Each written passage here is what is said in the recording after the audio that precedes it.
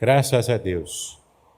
Queridos, eu gostaria de convidar você a abrir a palavra de Deus em 2 Timóteo, capítulo 3, de 1 a 9. Segunda Epístola de Paulo a Timóteo, capítulo 3, nós leremos do primeiro versículo até o versículo 9. 2 Timóteo 3, de 1 a 9. E uma pergunta que muito tem aparecido nesses dias, e é uma pergunta legítima, uma pergunta sincera, quanto a alguém que quer saber se nós vivemos hoje nos últimos dias. Algumas pessoas têm feito essa pergunta, essa é uma dúvida que tem surgido no coração daqueles que conhecem um pouco da palavra de Deus e têm observado os acontecimentos desses dias. Esse texto tem a dar uma resposta a cada um de nós para essa questão, para essa pergunta. 2 Timóteo, capítulo 3, de 1 a 9, e o texto fala para a gente o seguinte: sabe, porém, isto, que nos últimos dias sobrevirão tempos trabalhosos, porque haverá homens amantes de si mesmos, avarentos, presunçosos, soberbos, blasfemos, desobedientes a pais e mães, ingratos, profanos, sem afeto natural, irreconciliáveis, caluniadores, intemperantes, cruéis, sem amor para com os bons, traidores, obstinados, orgulhosos, mais amigos dos deleites do que amigos de Deus, tendo aparência de piedade, mas negando a eficácia dela. Destes, afasta-te, porque deste número são os que se introduzem pelas casas e levam cativas mulheres nécias, carregadas de pecados, levadas de várias concupiscências, que aprendem sempre e nunca podem chegar ao conhecimento da verdade. E como Janes e Jambres resistiram a Moisés, assim também estes resistem à verdade, sendo homens corruptos de entendimento e réprobos quanto à fé. Não irão, porém, avante, porque a todos será manifesto o seu desvario, como também o foi o daqueles. Que o Senhor nos abençoe, meus amados, meu amado, minha amada, você que está comigo aqui presencialmente, você que está também nos acompanhando pela internet, em nosso canal do YouTube. Nós estamos percebendo que vivemos dias diferentes, muito diferentes daqueles dias que estávamos acostumados a viver. Líderes cristãos, inclusive, já têm se levantado e dizendo que vivemos dias hoje em que está terminando essa era do cristianismo fácil. Do cristianismo em que você vem para a igreja, bota uma roupa bonita, se perfuma, e você participa de todo o culto e volta para casa, tudo tranquilo, tudo em paz, está tudo em perfeita ordem. E por mais que tenhamos uma dificuldade ou outra, mas nós podemos ter uma certa certeza de que o Senhor está nos abençoando e que quando chegarmos em casa, após o culto, poderemos ter a nossa vida como deixamos lá, quando viemos para cá. Mas já está se aproximando dos dias, como, por exemplo, houve aquele triste acontecimento lá na Europa, daquela catedral que foi invadida e cristãos que estavam rezando numa igreja católica foram completamente mortos. Foram atacados e mortos por aqueles que atentaram contra a fé cristã, daqueles que estavam ali. Vivemos dias em que há perseguição a evangélicos, tanto quanto existiu ao longo da história da igreja. Nós muitas vezes achamos que estamos resguardados disso tudo, porque em nosso país existe liberdade religiosa. Podemos adorar ao Senhor, podemos estar aqui na igreja e as coisas andam mais ou menos de acordo com aquilo que nós planejamos, com aquilo que nós estamos acostumados. E, na verdade, muitas vezes nós não nos apercebemos que existem cristãos que são mortos todos os dias em países onde não há tolerância para a fé cristã. Países que até mesmo falam de tolerância, mas falam da boca para fora. Porque ainda hoje existem campos de concentração e alguns cristãos são jogados nesses lugares, são torturados e são mortos simplesmente porque são cristãos. E o texto diz que chegará dias em que simplesmente teríamos tempos trabalhosos. Então essa pergunta ela é legítima. Será que estamos vivendo esse tempo? Será que hoje, em 2020, enfrentando pandemia, enfrentando tantos acontecimentos que praticamente se enroscam uns nos outros, e cada acontecimento mais estapafúrdio, me perdoe a expressão, mas mais estapafúrdio do que o outro. Praticamente, se você de manhã ouviu uma notícia, à tarde ela já está completamente defasada, você já precisa se atualizar. E a gente está vivendo esses dias percebendo que tudo passa correndo mais do que o normal. Ainda ontem estávamos vivendo o início do ano, o carnaval. Já estamos em novembro, daqui a pouco dezembro, o fim do ano. 2020 já está terminando.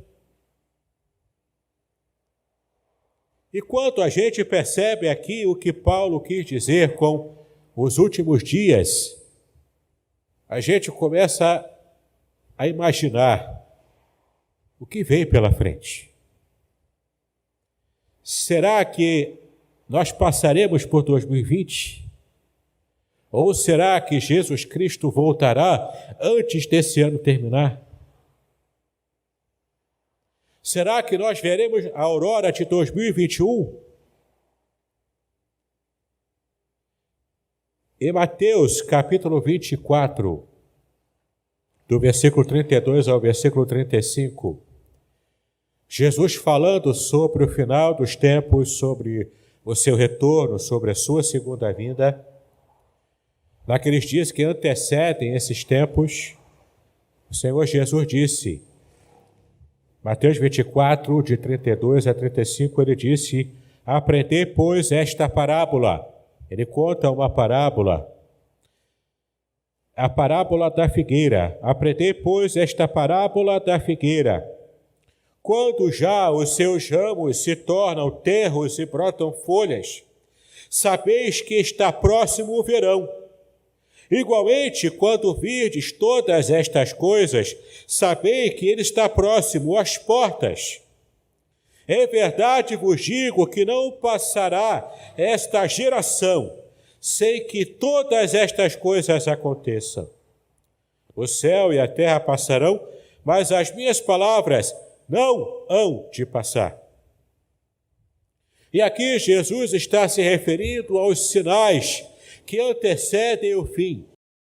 E ele foi bastante claro ao dizer que tudo aquilo que ele fala sobre terremotos, sobre anúncios de guerra, e tudo acontecendo assim de modo avassalador, um atrás do outro praticamente, ele estava se referindo a esses sinais que estariam apontando para o fim, e esse fim estaria próximo, assim como ele se refere aqui aos ramos da figueira, que quando ficam tenros, quando ficam roliços, quando ficam cheios de seiva por dentro deles, é porque o verão estava chegando, era a estação propícia para o verão. Era a estação propícia para o florescer da figueira. Então percebemos os sinais quando observamos com atenção o que acontece ao nosso redor. Observamos quando virá a época aproximada da volta de Jesus, quando percebemos esses fatos que o Senhor Jesus esteve sublinhando, quando ele fala sobre esses acontecimentos onde se aproxima o final dos tempos. E quando olhamos ao nosso redor, quando observamos pela internet, observamos pela mídia, nós ficamos com essa sensação. A sensação de que não vai demorar muito até que o Senhor Jesus retorne. Mais do que nunca, essa sensação, ela está acesa em nosso coração. Ora, não podemos dizer qual é a data correta da volta de Cristo. No século XIX, pelo menos 3 seitas apocalípticas dentro do cristianismo ocidental surgiram tentando adivinhar a volta de Cristo. Essas seitas erraram, mas erraram feio, erraram rude, como o pessoal fala hoje. E ficou tão feio para elas que essas seitas tiveram de criar alguma resposta, algum subterfúgio intelectual para tentar tapar o sol com a peneira e tentar explicar por que eles erraram. Essas seitas existem e funcionam e crescem até o dia de hoje. Mas o fato é que o próprio Jesus, em Mateus 24, ele disse que não deveríamos nos preocupar em saber o dia exato da volta do Senhor Jesus Cristo.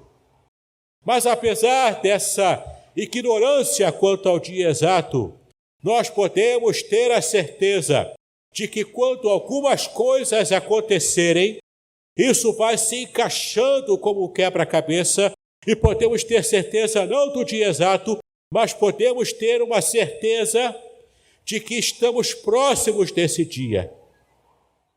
O dia do Senhor está próximo, meus queridos.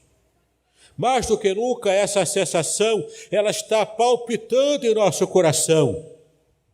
E como Paulo disse aqui no seu texto que nós lemos no começo, nos últimos dias sobrevirão tempos trabalhosos, tempos difíceis, tempos com muitas dificuldades. Mas como assim, tempo com muitas dificuldades? Século 21, vivemos dias dos tempos de facilidades. Em nossa mão, com o nosso celular, nós apertamos lá, clicamos em um botãozinho lá, virtual, e as coisas acontecem. Falamos com todo mundo em questão de segundos. Hoje vivemos tempos tão fáceis em termos de tecnologia que não nos apercebemos do quanto os tempos são difíceis para aquilo que realmente importa em nossa vida, que são os nossos relacionamentos. Nos comunicamos rapidamente com as pessoas do mundo inteiro, mas não queremos nos relacionar profundamente com elas. Estamos perdendo o nosso relacionamento, o nosso contato com quem vive conosco mesmo em nossa própria casa, em nosso próprio lar.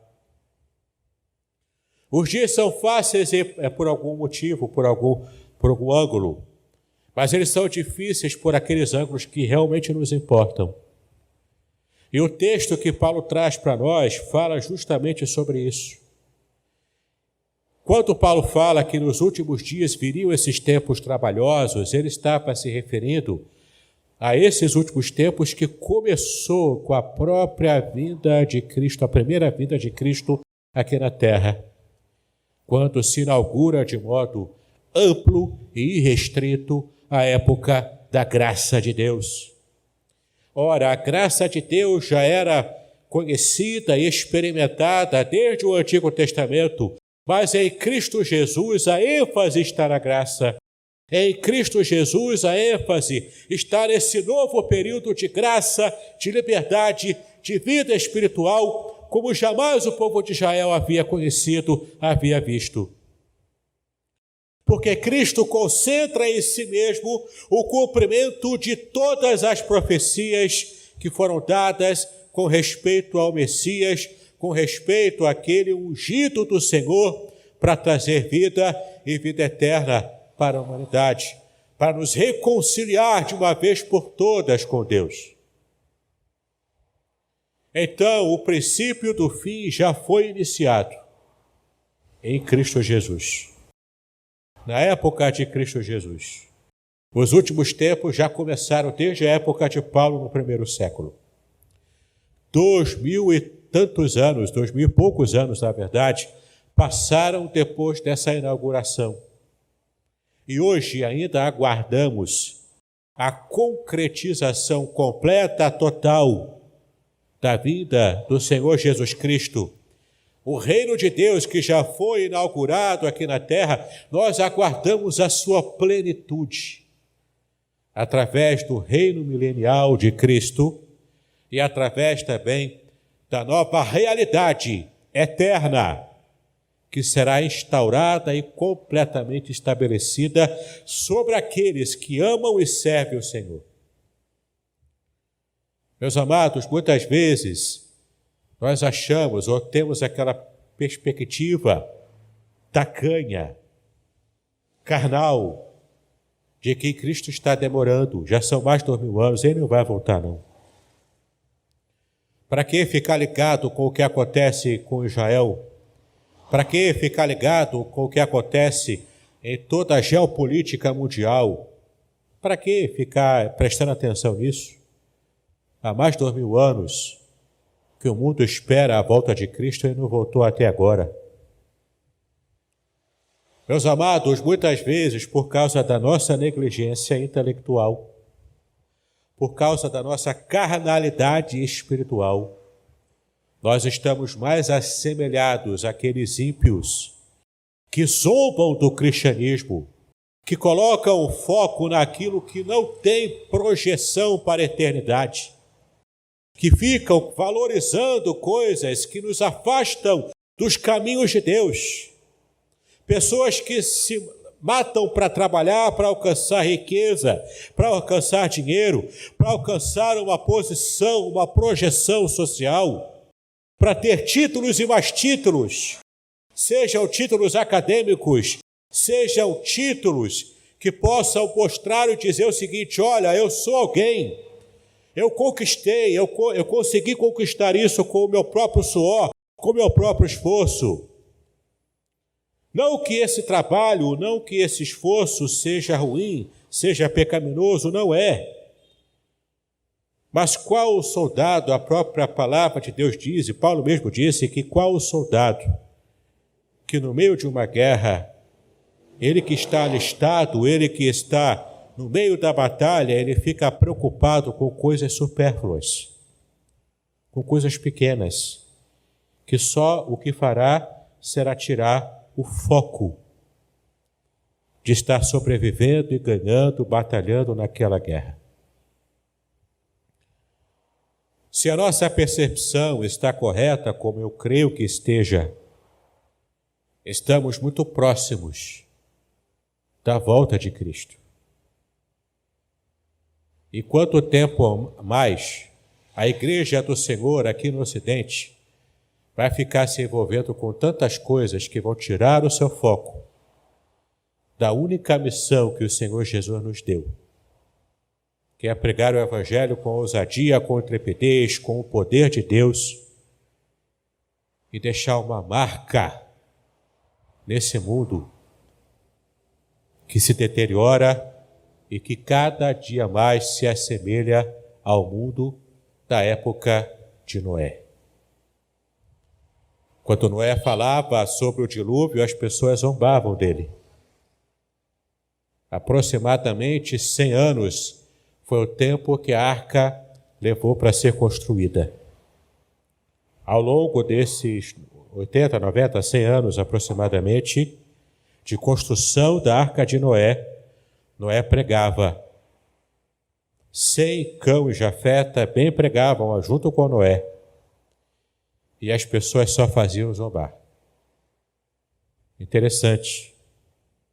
Porque quando o dilúvio realmente apareceu, eu acho que ninguém estava rindo quando isso aconteceu. Falamos da volta do Senhor Jesus Cristo. Pessoas zombam da gente. Pessoas acham que a nossa fé é uma fé idiota. Porque já faz mais de 2000 anos e nada disso aconteceu. Eu digo para você, meu irmão, minha irmã, não dê ouvidos a esse tipo de pensamento, a esse tipo de zombaria, porque mais vale agradarmos a Deus do que agradarmos aos homens. Ajuste o seu foco em nome de Jesus. Não deixe que os interesses variados dessa vida estejam nos afastando do foco principal, principalmente agora, em que temos essa percepção de que esta era já está chegando no seu fim. E quem sabe, nós somos a geração, quem sabe, uma hipótese, quem sabe nós somos a geração que testemunhará a volta do Senhor Jesus Cristo. Quer perceber se realmente faz parte ou não da nossa geração esse entendimento de Paulo? Veja o que ele disse sobre as características dessas perturbações fora do comum que antecederiam os tempos finais da humanidade. Do versículo 2 até o versículo 5 de 2 Timóteo, capítulo 3. Porque haverá homens amantes de si mesmos. Temos aqui uma situação de egocentrismo. As pessoas só pensam em si próprias. Farinha pouca, o meu pirão vem primeiro. As pessoas só pensam em seu próprio umbigo. As pessoas só pensam primeiramente no seu próprio bem-estar. Na minha felicidade, custe o que custar, nem que eu tenha que pisar nos outros. Nem que eu tenha que provocar a infelicidade no outro, mas o importante é eu ser feliz. Paulo chama isso de homens que amam a si mesmos. Homens amantes de si mesmos. Avarentos. Presunçosos. Aqueles que presumem algo sem de fato conhecerem. E pelas suas presunções, pelos seus preconceitos, vão julgando e tomando decisões ao longo da vida. Soberbos, blasfemos, desobedientes a pais e mães. Mais do que nunca, vivemos uma geração em que adolescentes, jovens, se acham os donos dos próprios narizes, porque têm um conhecimento maior do que os das gerações anteriores. Conhece muita coisa, mas não conhece sobre a vida. Perderam-se o respeito pelos pais, pelas mães, pelos mais velhos. Tratam os mais velhos como se fossem uma coisa obsoleta, uma coisa velha que não precisa mais ter valor. Bom seria se pudesse jogar no asilo. O quanto isso desagrada o coração de Deus. Porque isso é parte desse egocentrismo, dessa crueldade dos últimos tempos. Ingratos, profanos, sem afeto natural, sem amor, irreconciliáveis, caluniadores, intemperantes, cruéis com pessoas, cruéis com animais, sem amor para com os bons. Não é que falte amor, existe amor, mas o amor está mal direcionado. O amor direcionado para aquilo que é ruim, para aquilo que é mal, para as pessoas que têm má índole. O amor direcionado para péssimas amizades, para péssimas influências. Tudo isso é marca dos últimos tempos. E você pode estar imaginando, eu pergunto a você, será que vivemos dias em que a gente percebe isso tudo aqui acontecendo? Ou será que é algum tipo de viagem na maionese que eu estou tendo aqui agora no púlpito? Será que você se reconhece nesse perfil traçado por Paulo? Será que você reconhece as pessoas com quem você convive, quem sabe até familiares seus, irmãos da igreja até? Versículo 4, traidores, obstinados, orgulhosos, mais amigos dos deleites do que amigos de Deus, mais amigos dos prazeres, porque ele sempre vai colocar uma pedra no meio do caminho quando o assunto é servir a Deus. Sempre vai ter uma desculpa que ele vai sacar da manga. Servir a Deus domingo? Não. Para quê? Obedecer à lei de Deus? Não, isso é coisa retrógrada. Para que pensar nisso? Para que obedecer à Bíblia? A Bíblia já é ultrapassada. A Bíblia precisa ser atualizada. O povo anda falando por aí. Dizem que tem que atualizar a Bíblia. Ela já é antiga, não tem mais valor nenhum. Meu querido, minha querida, quem fala esse tipo de coisa, seja pregador famoso, seja alguém desconhecido, seja alguém que ficou famosinho da noite para o dia na internet, se fala uma besteira dessa, o próprio Jesus disse que nós daremos contas a Deus de qualquer palavra frívola que nós falamos. Principalmente se alguém que está formando opiniões. Ou você realmente acha de que não daremos contas daquilo que fazemos e falamos aqui na terra? Paulo dá uma orientação de como devemos tratar as pessoas que se dedicam ao mal, que se encaixam nesse perfil que ele acabou de traçar. No final do versículo 5, Paulo disse: destes, afaste-se. E sabe o que é mais interessante? Paulo não está falando aqui para um membro comum da igreja que não tem armas para poder se defender contra algo que possa contaminá-lo em sua fé. Paulo dá orientação para que nos afastemos de pessoas que se encaixam nesse perfil. E o destinatário para quem Paulo escreveu a sua carta era um pastor, o jovem pastor Timóteo, de uma igreja grande, abastada, que era a igreja de Éfeso. Timóteo, você é pastor, mas você não é super-homem.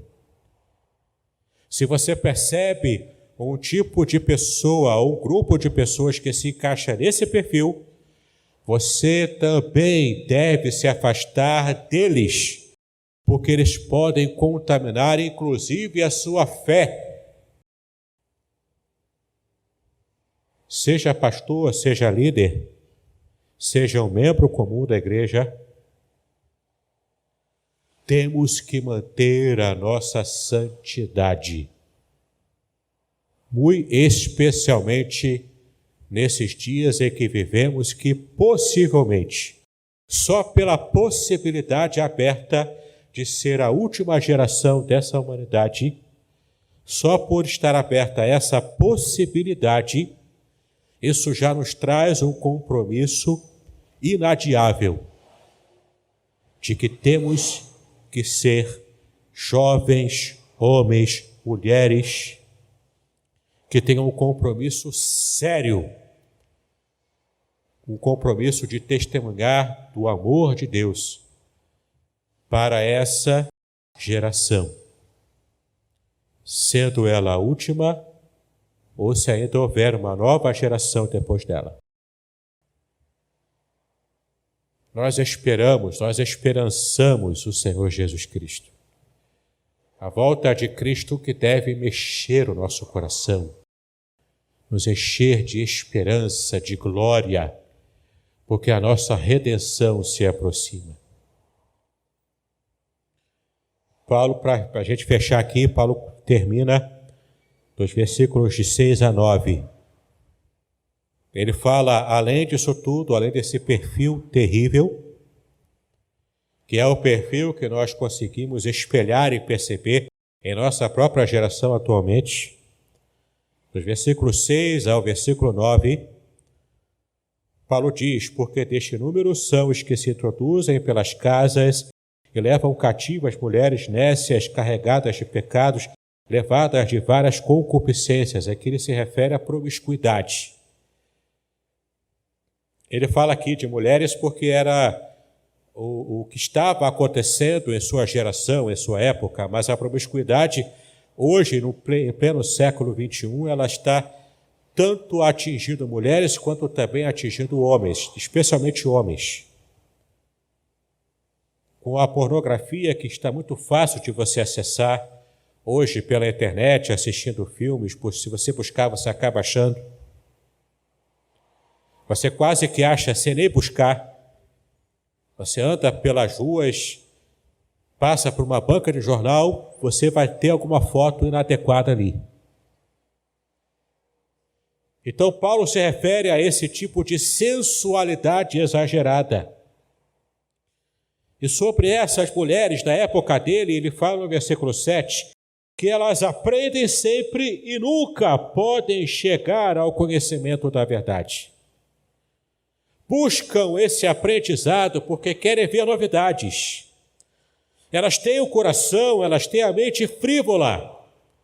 Então elas querem conhecer, elas querem fofocar. Elas queriam saber de tudo, mas jamais aprendiam, jamais evoluíam, jamais amadureciam na fé, porque a sua intenção não era o amadurecimento, mas era o conhecimento pela mera curiosidade.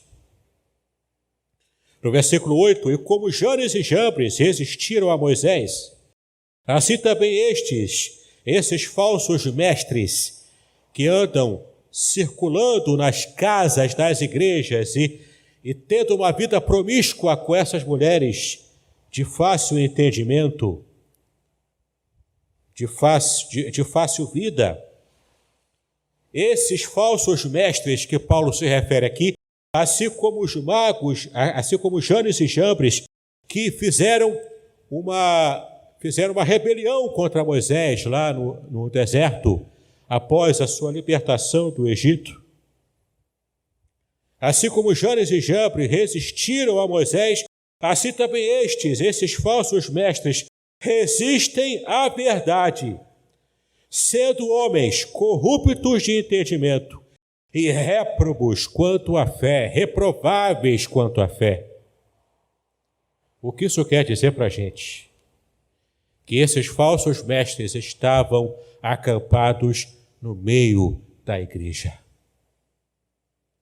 Esses homens corruptos, com vida promíscua, dedicados à heresia, dedicados à propagação daquilo que é anticristão, estavam plantados no meio da igreja. Era um joio no meio do trigo. E Paulo aqui está dando nomes aos bois. Ele está aqui identificando essas pessoas. E por serem corruptos de entendimento e reprováveis quanto à sua fé, Paulo fecha esse trecho no versículo 9. Não irão, porém, avante, porque a todos será manifesto o seu desvario, a sua loucura. Toda a sua loucura, ela será revelada, toda a sua visão distorcida da vida, da palavra, do mundo, isso virá à tona, será revelado. Como também foi o desvario revelado de Janes e Jambres no passado. Queridos, vivemos dias difíceis, porque a internet também tem contribuído, além para pregarmos o Evangelho e abençoar vidas, quando mal usada, ela também pode espalhar rapidamente uma doutrina errada, uma falsa doutrina, uma heresia de morte. Especialmente hoje, com esse tipo de pensamento, de blindagem que muitas pessoas têm, não toqueis no ungido do Senhor, não julgueis para que não sejais julgados, cuidado com o que você fala, procura evangelizar em vez de falar mal dos outros. Com esses pensamentos, esses mecanismos de autodefesa da heresia, isso tem trazido um grande prejuízo para aqueles que precisam defender a fé e se manterem puros, aguardando a volta do Senhor Jesus Cristo. A impureza que pode acometer uma igreja, o povo de Deus, não é apenas nos quesitos morais. Essa impureza ela não se materializa apenas nas questões da moralidade. A impureza também se materializa nas falsas doutrinas. Como em Apocalipse nós vemos nas cartas às igrejas da Ásia, quando Jesus reprova a igreja, uma das igrejas da Ásia, a igreja de Éfeso, porque ela estava tolerando os ensinos falsos dos nicolaítas. Meus amados, nós temos sido tolerantes demais com o erro. E a igreja evangélica pode pagar um preço alto por essa tolerância, por aquilo que não tem que ser tolerado. Se estamos realmente vivendo os últimos dias, como é a convicção que eu tenho no meu coração, se essa convicção for confirmada e for uma realidade, se as estações e os tempos nos permitem perceber isso, meus queridos, nós não temos tempo para brincar de crentes, de evangélicos, de brincarmos de fazer cultos a Deus. Se isso realmente está próximo de acontecer, se a nossa redenção realmente está próxima, mais do que nunca, a nossa vida precisa espelhar a glória de Cristo, porque esse é o nosso compromisso. Então, aprume-se na sua vida espiritual. Se coloque em posição de sentido nessa guerra. Não fica deitado, não fica assistindo séries da Netflix o tempo todo. Não fica assistindo novelas, filmes. Não fica perdendo o seu tempo com aquilo que tira o teu foco da vida espiritual e da tua missão como igreja do Senhor. Precisamos acordar para a vida. Precisamos acordar para o nosso testemunho. Esse mundo clama por enxergar Jesus no meio da igreja que é o seu povo. Chega de escândalos. Chega de falsas doutrinas.